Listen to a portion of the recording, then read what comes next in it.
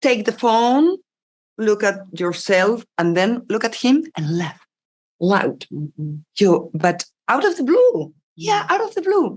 And it works. Well, congrats on this movie. When you read the script for the first time, what stuck out to you most? The humor, I think, stuck out to me, and the kind of twists and turns, and you couldn't really anticipate what would happen next. I had no idea, what would happen. Anything could happen in this film when I read it. Yeah, on the one hand, the sense of humor, obviously, and on the other hand, when you see the vulnerability of these brothers, and the scars their father left on them, it really touched me at the same time. So I think it's the perfect balance. Yeah, between humor and tragic things. Yeah, you're like, this is sad, but then there's something that comes out of like one of the brothers' mouths where you're just like, oh. Tell me about Ethan and Ewan playing off each other and kind of just being in that space with them. And I just cannot believe they've never been on screen together before. Yeah, I think they just naturally had, like I was saying before, that chemistry is one of those things you just can't invent. It just happens or it doesn't happen. And you've got a good chance of it happening when they're two such nice down-to-earth actors. So they're going to get on, I think, anyway. But I think it happened pretty much instantly that they were buddies. And by the time we got there, like a week later, the scene had been set and they were getting on so well. We just wanted to kind of just ride that wave with them. And what was the experience like working with Rodrigo, and what set that apart from any project you've worked on before? You can't imagine. Rodrigo is the best. He's a wise man.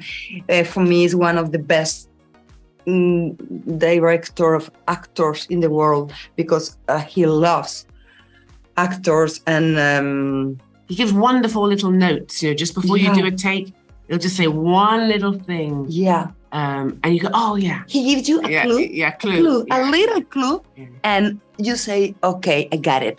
So he's so smart and so sweet and so. What's an example? Cuddly. What's an example of a clue?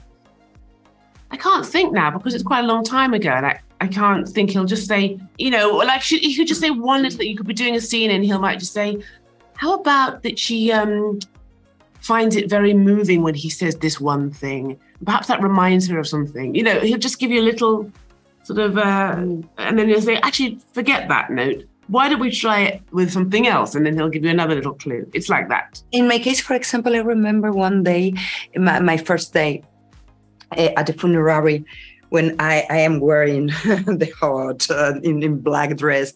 And he said, and now laugh.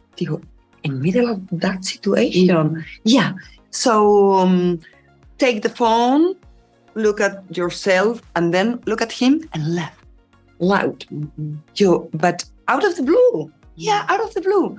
And it works. No? It's so surrealistic, absurd.